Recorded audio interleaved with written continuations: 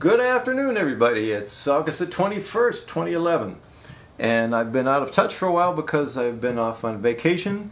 Next week I'm going out of town again for a week to help a friend of mine who's not feeling well. So hope that the videos that I've been putting up prior to this time have been helpful. And today I just want to talk a little bit about a few things. First of all, this morning we had a birthday below for Yuan Racy, who turned 90 today. And those of you who are not familiar with Yuan Racy as a person have probably heard him play. He was the first trumpet player at MGM for many years. He took over for Rafael Mendez. And that's kind of a long story in itself, and maybe I'll tell how that happened. But Yuan took over for Rafael, and Rafael went on to have a very successful career as a soloist, as you know. And Yuan played first trumpet on so many great movies, all the MGM musicals, the Gene Kelly movies.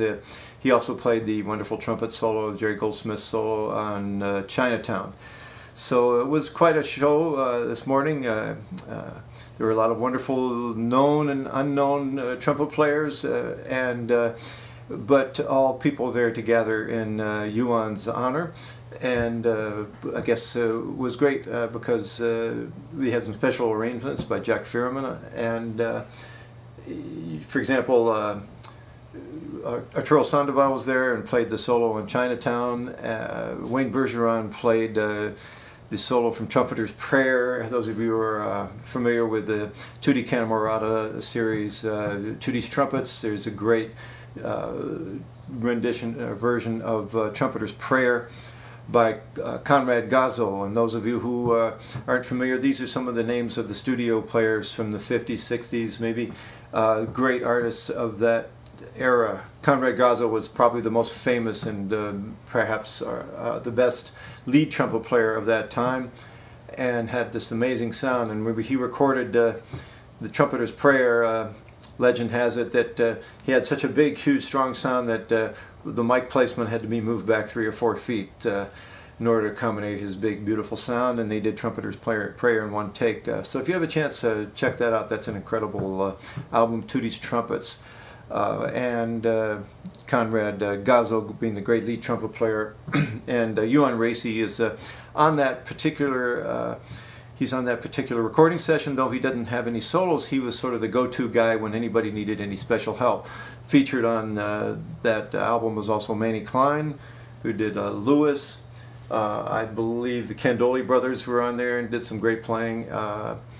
And so that's definitely for you trumpet players out there. Want to listen to some players in the studios from that era. It's a must-have. Tutti's Trumpets, Tutti Camerata. So what I wanted to talk a little bit about today besides that is what to tell your student when they have braces. They come in with braces for the first time, and those of us who teach know that that's an issue. You're going to run across that. And although I've never had braces, I feel like I've suffered some with my poor students who have. And I think the most important thing you can tell a student when they have braces is to be honest with them and say, yeah, it's more than likely that the braces are going to affect your endurance and your upper register.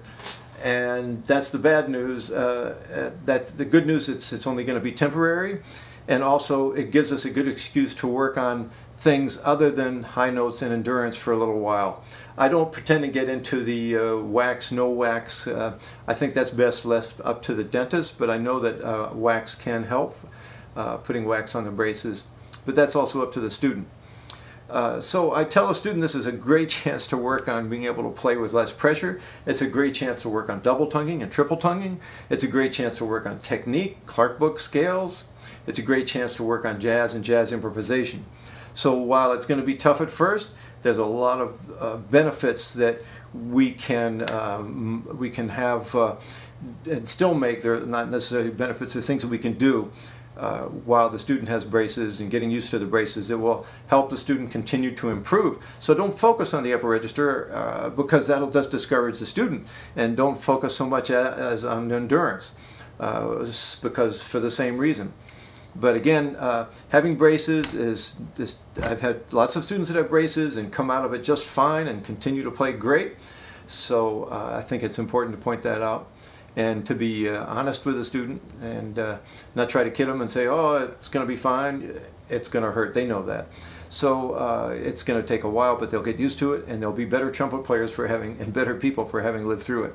So a quick get together today, talking about early days of the studio trumpet players, not earlier, but the 50s, 60s, and 70s, and also about braces.